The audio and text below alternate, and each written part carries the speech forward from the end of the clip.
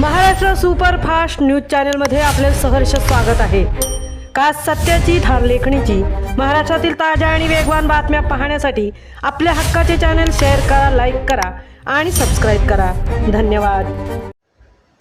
पोलादपूर दशानेमा गुजराती समाजाच्या पुढाकारातून सोमवारी गंगा दशहरा। रायगड जिल्ह्यातील पोलादपूर या ऐतिहासिक व पौराणिक शहरातील अधिक ज्येष्ठ महिना आरंभापासून गंगेचे पृथ्वीवर आगमन झाल्याची तिथी ज्येष्ठ शुद्ध गंगादशमीपर्यंत गंगापूजन सोहळा सायंकाळी 6 वाजण्याच्या सुमारास सुरू राहणार आहे। महाबळेश्वर येथे भगवान श्री विष्णू, ब्रह्मदेव आणि महादेव हे यज्ञकर्म करण्याचा संकल्प केला। यावेळी ब्रह्मदेवाची ज्येष्ठ पत्नी सावित्री, महादेवांची पार्वती, श्री विष्णूंची पत्नी महालक्ष्मी यज्ञकर्मासाठी सोबत बसणार हे नक्की झाले। मात्र सावित्रीला स्त्रीसुलभ स्वभावामुळे विलंब होत असल्याचे पाहून ब्रह्मदेवानी कनिष्ठ पत्नी गायत्री हिला यज्ञकर्मासाठी प्राचारण केले।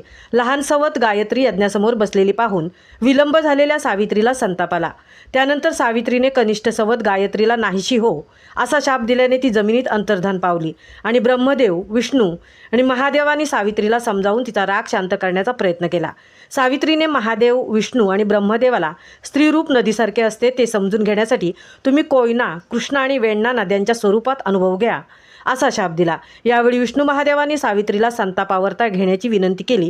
त्यावेळी सावित्रीने मला सागरांशी एकरूप होण्यापूर्वी मला रोखले तर राग शांत होईल असे सांगून नदीरूप धारण करत सागराच्या दिशेने सावित्री निघाली। यावेळी महाबळेश्वर येथून निघालेल्या ब्रह्मदेवाची ज्येष्ठ पत्नी सावित्रीची समजूत काढण्यासाठी महादेव नंदीवर स्वार होऊन निघाले। यावेळी महादेव जिथे जिथे थांबले तिथे शंकराच्या शिवलिंगांची मंदिराची योजना दिसून येते। पोलादपूर येथे शंकर सावित्रीच्या पुढे नंदीवरून पोहोचले। त्यावेळी सावित्री किती मागे आहे हे पाहण्यासाठी त्यांनी एका डोंगराच्या पायथ्याशी जटेतील गंगा आणि नदीला ठेवून डोंगरावर चढले।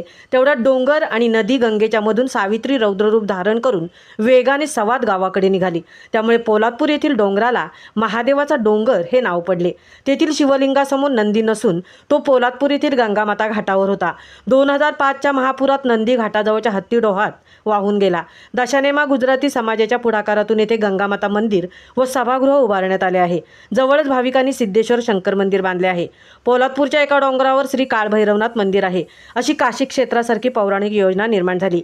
पोलादपूर शहरातील भाविक या श्रीदेवी गंगामाता मंदिरासमोरील घाटावर रोज सायंकाळी गंगापूजन करत सोमवारी गंगादशमी म्हणजे गंगेचे पृथ्वीवर आगमन झाल्याची तिथी असल्याने गंगापूजन समारोप करण्यात येणार आहे।